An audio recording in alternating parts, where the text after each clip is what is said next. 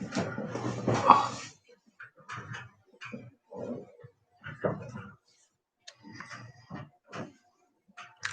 the name of the Father, and of the Son, and of the Holy Spirit, God is one. Amen. Good morning. St. Kentigern Mungo today, Ian, quite right. Strathclyde in Glasgow. Your church there is dedicated to St. Kentigern. Is it the one in Doncaster, where I looked after it for a couple of years while Father David was recovering from a heart attack? That was called St. Kentigern. St. Columba and also St. Kentigern. Very nice. Good morning, Elizabeth and Anthony and Judith and Gary, Father Christopher, your prayers. Hello to all. Well, it's I'm in Lincoln and it is damp and miserable. I'm not sure whether it might even be miserably damp or damply miserable. It's also very cold. Because nobody's been in this house for a couple of weeks, because obviously I've not been here. The heating has been off, and it takes a very long time for a house to warm up when that's been like that. So it's jolly chilly as well. There we go, never mind. Life could be so much worse. Good morning, Phoebe, Natalia, and Vicky. My next door neighbour's got their heating on all the time. It's a group of people, they live in the same house. They make hardly a single noise, actually. It's amazing. But because the heating comes with their bill, they have it on all the time. It includes during the summer. And they have all the windows and doors open. You can see all the heat coming out through the heat exchange. Good morning, Beverly. Right, today we're going to be looking at John chapter 4, verses 27 to 30. Have a look at that. It's the reaction of Fotini, what happens next. We're going to stop there because although that will probably give us quite a short session today, it does mean that tomorrow's one will make more sense. It'll be more in a block as opposed to being in several little pieces. Okay, so I'll get reading. Verse 27. If you remember, yesterday or last time, Jesus had just said to her, Ego ime, I am the one who speaks to you, which is a confession that he is God, a very strong way of speaking. And at this point, verse 27, his disciples came, and they marveled that he talked with a woman. Yet no one said, what do you seek? Or why are you talking with her? The woman then left her water pot, went her way into the city, and said to the men, as anthropy, so it could just as easily be said to the people there, so we're not sure. It could mean she's talking to the leaders of the city, or she could be talking directly to everybody in the marketplace. Left her water pot, went her way into the city, and said to the men, come, see a man who told me all things that I ever did. Could this be the Christ? And they went out of the city and came to him. Okay. Good morning, Thekla and Ephraim. I hope you're feeling better, Thekla, than you did yesterday. There's a nice butterfly. It looks like the ones that I'm paid to look after in the monastery, which are called pearl-bordered fritillaries. Morning, Valerie, Tatiana. Good morning, Father Ilya. So the disciples return. They have been buying food. They went off into the town, if you remember, to go and buy food, leaving the Lord by himself, which gives rise to this entire story. Without it, there would be no story there. Good morning, Tatiana. And when they come back, they use this Greek word, which means astonished. Sometimes they say astonished with a great astonishment. It's hard to, the word itself is ethamazu. Ethamazu.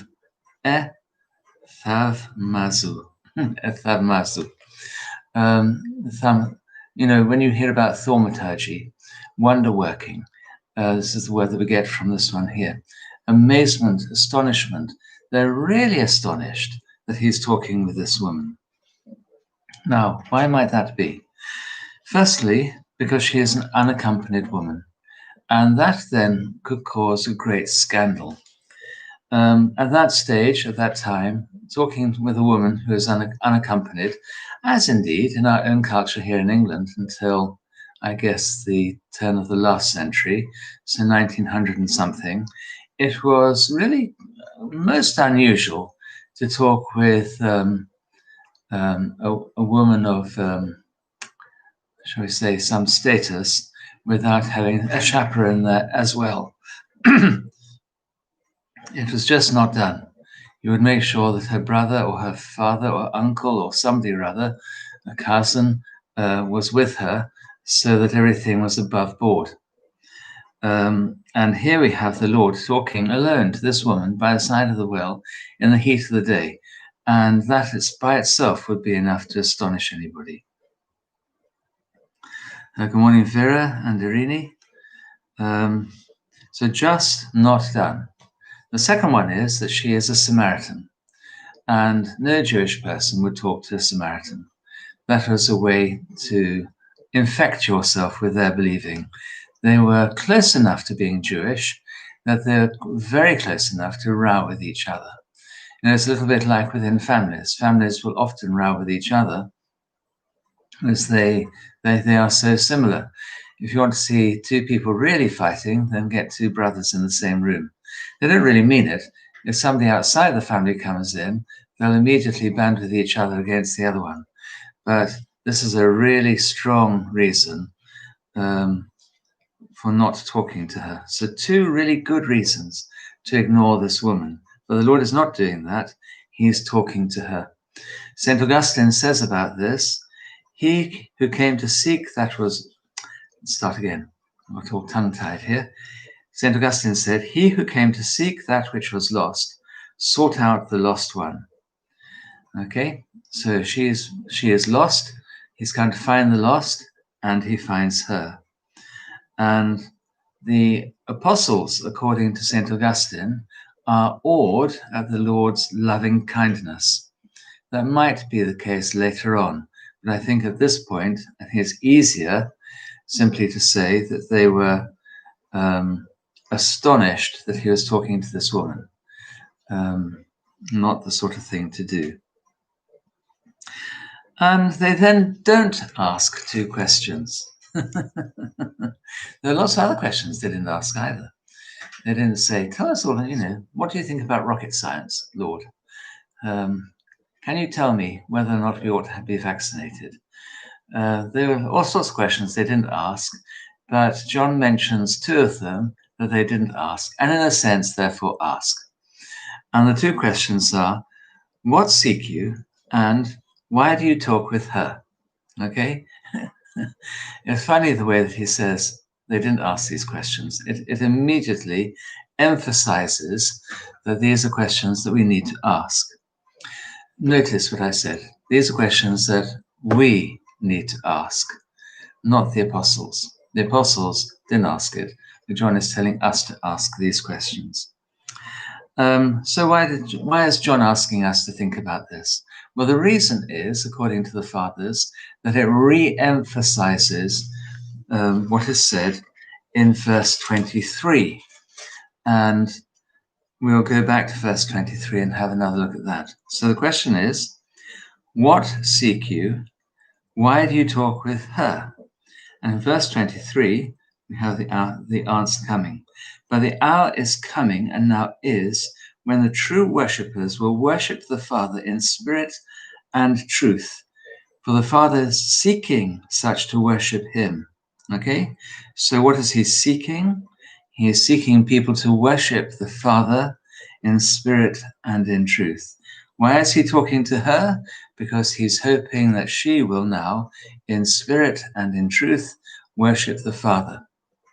Okay, that's the answer to that. And really what John is saying, and now what I want you to do is do what she did.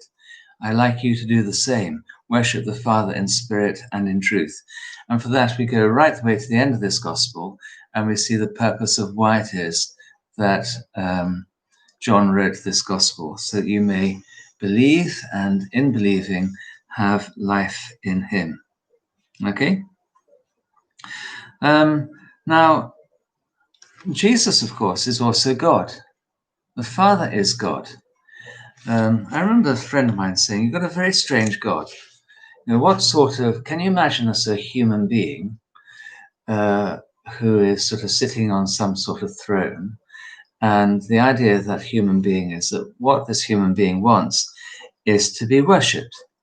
The human being wants everybody to dance around him singing, let's make up a name, Trevor. Praise, oh Trevor.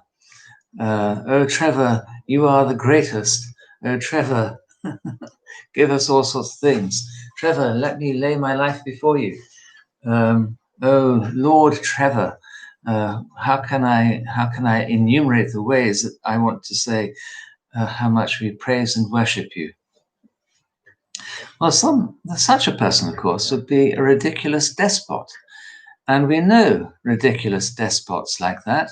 We only have to look around the world, sometimes not very far, and we see people who clearly adore being worshipped and praised and putting themselves forward. And I don't really mean that you have to go as far as North Korea to see this. That there are plenty of English-speaking numpties who like the same sort of adulation. Okay? But that is not the way that God is. God is not sitting there thinking, oh, not many people praised and worshipped me today. That's a bit boring. We better get on with the gospel, and then more people will be able to praise and worship me today. I wish they'd get on and do a bit more evangelism, and then more people will worship and praise me today. Why aren't they doing it? That's simply not what is happening. What do we mean by worship? Okay, and Jesus seeks worship. He seeks true worship. He wishes to be worshipped. He wishes to be worshipped in spirit and truth and join in that worship. Even God the Father, you could say, joins in that worship. And this is why we call it a liturgy, really. It is the work of the people and divine liturgy with God. Okay, so worship is that two-way activity of God and humanity in communion with each other. Our lives being bound up with God and God's life being bound up with us. I was saying yesterday of the wildness of the air, the spirit, the wind of God actually filling us. He fills us. We don't fill him. And that dance of love with God, that is what worship is about, where God and humanity is working together. It is a thing that is two-way, like you might say a man and a woman love each other. It is not the man loves the woman and the woman just said, oh, well, I have to put up with this. Oh, that's very nice. Kiss my hand again. It is they love each other. And this really is what worship is about. So it is not God sitting on a high throne thinking, come on, get on with it. I want a bit better worship than this. Thank you very much. This is, having said that, I love the excessively flowery language of the Orthodox Church. From an English point of view, it is excessive in the extreme. So laying it on thick to the point of embarrassment. And, it's one way of proving that God is not an Englishman. He'd die of embarrassment if anybody said anything like that to him if he was English. Probably does actually find it deeply embarrassing, some of the things we say about God, partly because it is so limited. We talk about God in our own terms, when in fact a sort of divine silence might be the better way of doing it, and just receiving and giving love and expressing that love in everything that we do. Okay, so this worship, the worship the Lord seeks, No, what seek you? The answer is worship. Why do you talk with her? Because I want to worship with her. Share this divine love with this particular woman who has had 5 husbands, and the man that she is now living with is not her husband. Okay? Meanwhile, Fotini, because that's her name, Claire, Svetlana, is so overwhelmed by this discussion at this point that she leaves her water pot behind. Now, that's a really expensive item. I'm not going to do that. She came to get water. Presumably, she needs water. You wouldn't set out in the midday sun in order to go and collect water if you didn't need it. But here now, all of that is now forgotten. This is now irrelevant to her life. The water pot, the water, her life, the reason why she needed the water, the scrubbing of the front step, whatever it might be, all of that is now completely irrelevant to her, and she doesn't care about it anymore. That doesn't matter. Her old life is now abandoned. There's something much more important happening here. St. John Chrysostom says about this, just as the apostles left their nets, so she leaves her water pot to do the work of an evangelist by calling not one person, but a whole city. She's the very first one. She's not sent. Jesus did not say, go into that place and missionize in there, go over there and do this work over there. Nothing remotely of the kind. What happens is that she does it. She leaves her water pot there, and you don't see her for dust as she runs along the road to go and tell everybody, probably in Nablus, we now call Nablus, Shechem, somewhere like that, or that other place down the road, about a mile down the road, the name of which has gone out of my mind for a moment. Both of these are possible places for where she lived. And she heads off into there. If you look up Nablus, actually, on Google Earth, there are lots of photographs there. Some really beautiful pictures of the church there. Look at them. I was looking at them earlier on. So it really is cold and miserable here. And looking at the church, I can smell it, I can feel it, I can feel the warmth. There's a lovely area outside the church filled with all sorts of beautiful plants. And the person who took the picture uses one of those fisheye things, so it all the way around, and you can quite enjoy yourself hunting for him, hiding behind flower pots and things. But you can feel the warmth and almost the gooey air, thick gooey air in a place like that, full of traffic fumes and gorgeous. It has some very strange tastes. Lovely place to be. And if you hit on the wrong spot, though, that there's a wonderful shop selling lamp fittings, lights for the light bulbs. And if you ever go to any Arab country, you'll soon discover that Arabs love bright, shiny things, glittery things. They really do. And this place absolutely filled with chandeliers, each one even more beautiful than the one before it, sparkling and gorgeous. You just imagine these people taking them back to their homes and standing back and looking at them and thinking, what a good buy that was. Anyway, that's got nothing to do with it. Goodness only knows why I'm rabbiting on about that. Anyway, that's the place that she goes into. You don't see her for dust as she hurries off into town. And what does she do? She says to the men, although it could say says to the people, quite a number of the church fathers say she said to the men, but you might expect that the word aner to be used then, but she says anthropos, anthropy, the plural. She says to the anthropy, the people. She says to the men. It could be to the leaders of the city, but it could just be to everybody in the marketplace. It doesn't really matter. But what she says is really interesting, and it is a form of evangelism, a way of being enlightened. She says, come, see. Now already we've had come and see. Come, see. It's a good way of doing things. See for yourself. Come and drink of this well, says St. John Chrysostom, and you'll experience what I have experienced. And having experienced it, you'll want to carry on experiencing it. That's what St. John Chrysostom says. And, he's obviously talking from his own experience there as well. St. John, if you read the Church Fathers, the one thing you don't get is the feeling of people who were nominal Christians. These are people who are absolutely, totally, utterly in love with God. They love God. They are overwhelmed by God. And, this is something or other St. John himself would want to say. I'll say it again because it's so good. Come and drink of this well, and you'll experience what I experience. You can feel that bubbling out of him.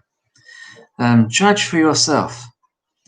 And then she says, come and see a man, not any old person. I don't want you to see these disciples. They're all over the town anyway. Look at them buying stuff. Down the local one, stop buying sandwiches. She pinpoints Christ. Come and see a man, a particular one man. Not the church, nor the doctrines, nor his teachings, but come and see this person. Now, quite often, you find that Christians that they don't actually follow Christianity. They have got hoodwinked into becoming Churchians. They follow a really unpleasant religion called Churchianity. Churchianity is a particularly vile thing. But those people, they're always faffing around doing all sorts of nonsense. And they're the very ones who know the name of everything. It always amuses me when I'm showing people around the church. Some people are immediately attracted and they want to say, tell me about Jesus. Tell me about this saint. Tell me about that. Other people say, so what's the name of this thing here then? What do you call that? I'm looking and thinking, well, I don't know, and I don't really care. It's a reading stand. And if they've been to something or other where investments, you get some people ask stupid questions about the different things I'm wearing. Who cares? I'm not interested. It's just a diamond-shaped thing that I wear. Whenever anybody asks me that, I always say, I call it the cushion cover. But Churchianity is a vile thing, truly vile. And, you get people who are into Churchianity get weighed down by all sorts of ridiculous politicking. And it's nasty, unpleasant. But what St. Fortini does, she doesn't say, there's this new movement. It's quite interesting. You ought to go and see him. He's quite handsome. She says, come and see a man. Come and see him. I want you to see this chap and you will find something quite different here. So not church doctrines, not anything, but a person, somebody, Jesus Christ. And without all of our attention being fixed on him, actually the whole thing is a waste of time. It's like somebody said to me a while ago, a Protestant said to me, Father, I think you quite like our church because we use incense. I thought, what?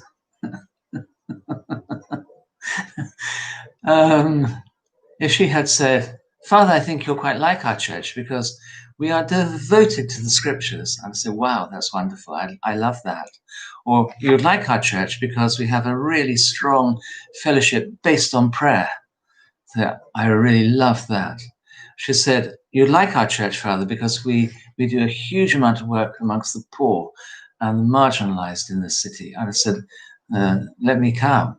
But I think you'd like our church because we use incense. Well, I'll get rid of the bats. But actually, that's not an issue. It's nice they do. It smells nice. And in the context of Orthodox worship, it's very beautiful. It's like, I remember somebody asking me start off, would I come and cense their church before they began their service? No, I won't do that. The incense is part of worship, and a particular part of worship we use in a particular way during worship, but nobody's going to make any big fuss over the fact. If we can't use it, well, we're not all going to go to hell. And then, so come and see a man. Come and see him. Come and concentrate on this one that I have met. And then make up your own mind. And she then carries on. She bears testimony to him, who told me everything I ever did. That personal testimony of hers, really important. Come and see him. He told me everything I ever did. I might like to say, come and see, come and taste for yourself Jesus Christ. He is somebody who has completely changed my life. I am not at all the person I would have been. Still pretty awful, but I can guarantee that I'd have been absolutely abysmal. I have a fairly good idea the sort of life I had in mind, and it's not the one I currently live. But this personal testimony, what is it about him that I really love? What is it? Well, read Mark's Gospel all in one go and you'll see. And then she says, and this is really important, there comes a question at the end. You don't always have to give this question, but there's a question at the end. Could this be the Christ? Could this person be for you? Might you find what I find about him? Make up your own minds, everybody in this town, Nablus, Shechem, or the other place. It leaves behind a question that they have to answer.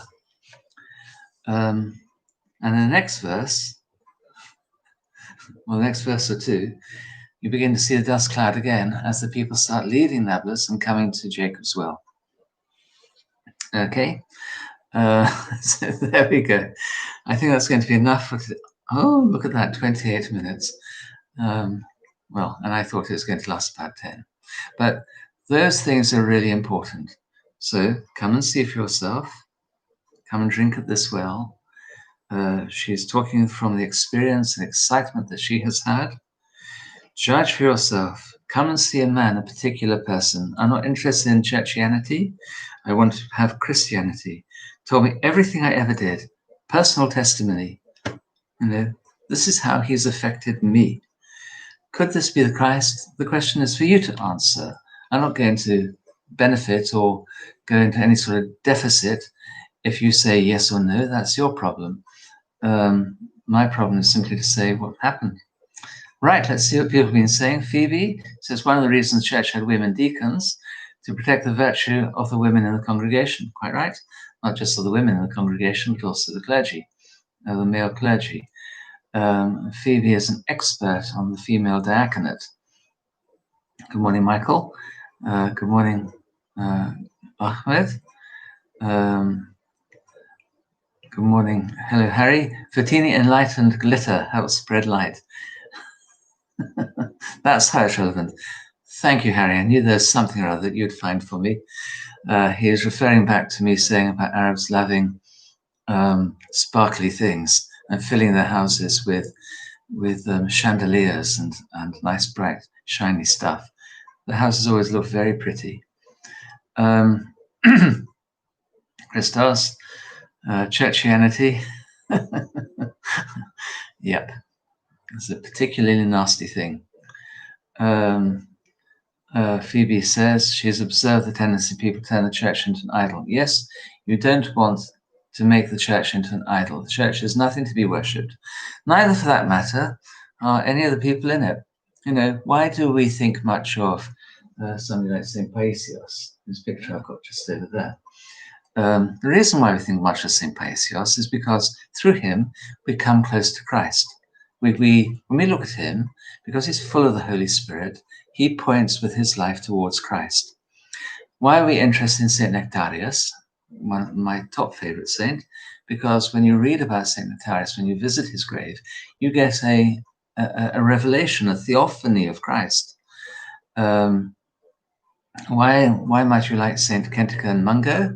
Because when you hear about St. Kentigern, when you know what he's done, then you get another theophany of Christ. That's why we're interested in these people. Okay? Really important. Yeah, modern day Pharisees. Quite right, Natalia. Yeah. They strain out the gnat and they swallow the camel. Ian says, thank Marlena, good morning, Marlena. I missed you. Sorry, God bless you. Ian says, thank you for your remarks about Churchianity. Reminds of the story of the devil offering to organize Christ's teachings for him. Oh, yes. That is a great problem for people who study theology. Ending up telling Jesus what he was actually all about.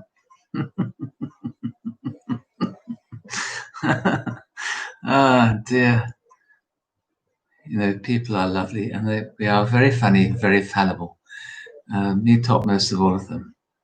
Stella, as Paul says to Philippians, I count it all as, yes, X, Y, and Z. The word kakos, he says, it's in English, it's usually translated as off-scourings. To know Christ Jesus Savior is the most important thing, yes, and to know him properly, to know him fully, to know in that biblical sense of knowing where you are absolutely bound to him. Big smile back to you also, Harry. Harry has got a beautiful smile. He lightens up the entire world when he smiles. Phoebe, not quite an expert, yes, I need to pass my doctoral visa first. Well, at that point, you will know how little you do know. I used to know somebody whose title was expert. He was a United Nations expert. And I once asked this person cheekily, what does it mean to be an expert? He said to me, a true expert is somebody who has the authority to say that he doesn't know. That's wonderful. Harry, you'll need to talk directly to Phoebe about this matter. We're not quite sure. I think I certainly don't know. You should teach the word Churchianity to Buster, along with heretics, or Roger. If Brother Daniel is watching this, he's probably getting on with that now, saying, Churchianity, Churchians, Churchmen. Yes, or old Buster. I think I met an Alex from Churchianity Lewis, Christianity in Water, he calls it. Oh, I don't know about that. But Churchianity is a great thing there. Harry, how am I supposed to realize if I fall into Churchianity? How do the fathers express this sickness? When we talk about this to others, when they are hearing it.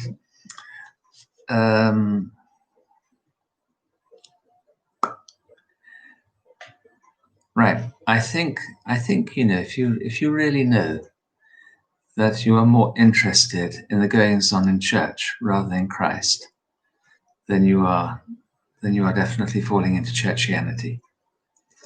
It is important. There are lots of things, obviously, in the running of the church, his organization, everything else.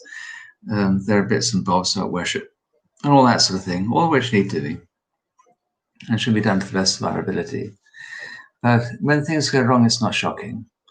I remember my patriarch,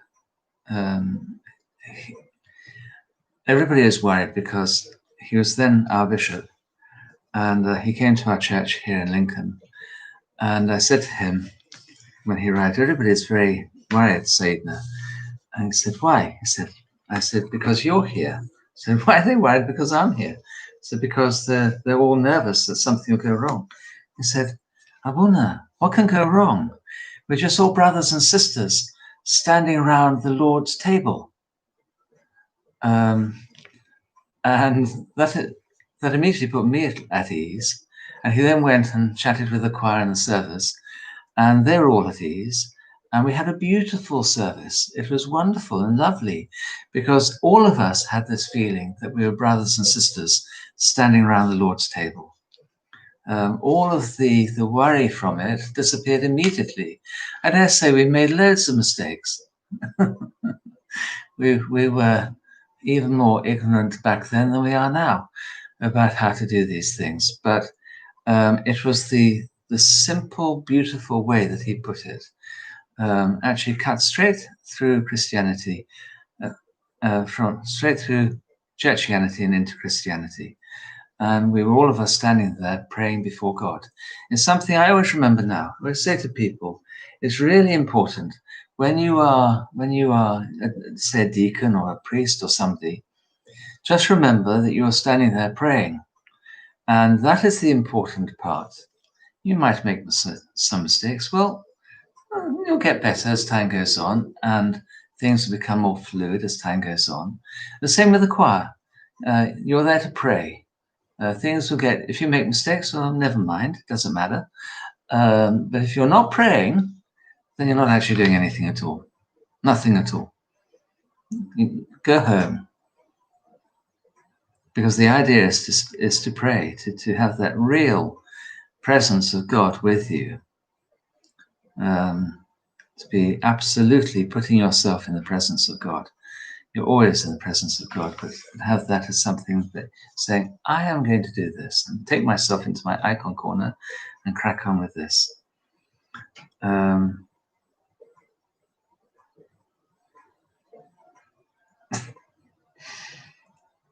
don't know. Oh, Terence. Yeah, Terence of Carthage. Beverly went to a midnight mass once in a local church. The vicar used the metaphor of cat igloos in his sermon. Tim was still perplexed by what he meant. So am I. Wouldn't have the least idea. Anyway, on hustling.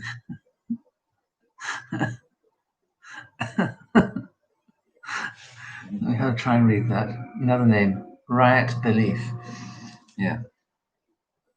I'm not quite sure what you mean, but if that refers back to the wildness of God and the wildness, therefore, of there's most people here in this country, well over 80% of people in the world believe in God. But in this country, in this county here, only 2% of people go anywhere near any sort of place of worship over a period of a year. Just 2%. And the other 98% have no idea what you're talking about when you mention God. None at all. They certainly don't think of God as being wild, unpredictable, God being, unexplainable. There are no words to describe God. You can be, it's a bit like being carried away by a wave in the sea. The experience is so much greater than you. I always love it when you see those wonderful people. I'd love to be able to do this, but my body just simply isn't built for it. Never was. There's people on surfboards. There's huge waves. And I think that's what it must feel like. Rather, that's how it feels like for me. It must be very similar. The feeling of worship and being inside one of those waves, scudding down the inside of it. Wonderful, glorious feeling. Maybe that's what, you can't really describe it. But the idea of being inside that huge wave on a surfboard, in the heat and the coldness of the water and the warmth of the wind and the exhilaration and everything else. That's what worship is like, even when it seems rather dull to other people. Okay? Yeah. Aslan is not a tame lion. Yeah. Okie dokie. Well, I think that's enough for today. Oh, other people have heard.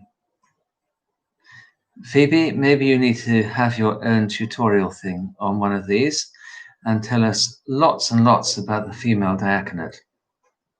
I know you've learned an enormous amount of other things there as well. And that could be a very helpful and good and positive thing that you could do. Okay? Right belief, a ceremony. Not, oh yes. Yeah, orthodoxy. Orthodoxy is right glory, right belief, right doing things, quite right. But right belief, though, in the end, the correctness of our orthodoxy has to keep in mind this untamable nature of God, something so much greater than us, where we can begin to put, we put together the smallest things together to say we pare away. We did pare away at the creed to put in only that which was necessary. There are lots of other things that could have put into it as well. What it says about the Lord Jesus in the creed is tiny, minute. You've got one little paragraph like that.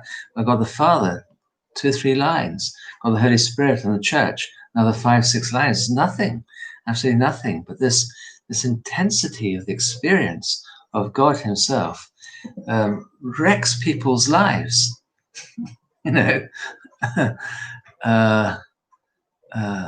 see people, somebody like,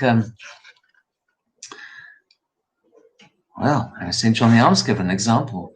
Life totally wrecked by the experience of God. Everybody dies in his family, gives away everything he has, goes off, becomes a monk, and before very long, he's patriarch in Alexandria, busy giving everything away. His life is totally wrecked from a human point of view. Yesterday, I was reading about St. Benedict Biscop, who again, you could say his life is totally wrecked. A young man who had everything to gain by remaining worldly, gives the whole lot away and spends his life building a couple of monasteries in the most chilly part of the world. No wonder he went 5 times to Rome, just to warm his bones up a bit. Okay, anyway, there we go. Enough for that. Right. God bless you all. Carry on praying for each other. I want to know that Angelos is okay. And keep on praying, please, for Nectaria. Keep her in your heart today. That's the thing to do. There's no particular thing you can say or do to God to say about that. Just have her there in your heart in love, and leave the rest of it to God. Okay? Yeah, I quite like the idea of God's right as well. You have to have that.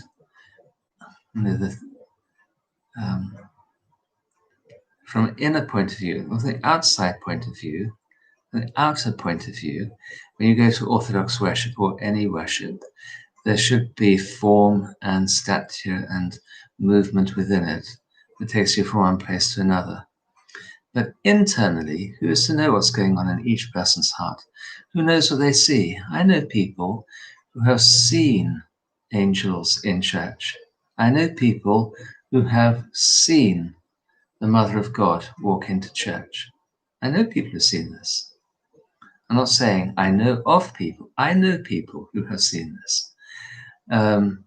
And that's a completely different situation. I know of I know priests who have walked with an angel from one place to another. I have seen a priest who has. I'm not going to say any more about that actually. Okay, but it's not unusual. I sometimes say, the trouble is that people go to church hoping for a spiritual experience.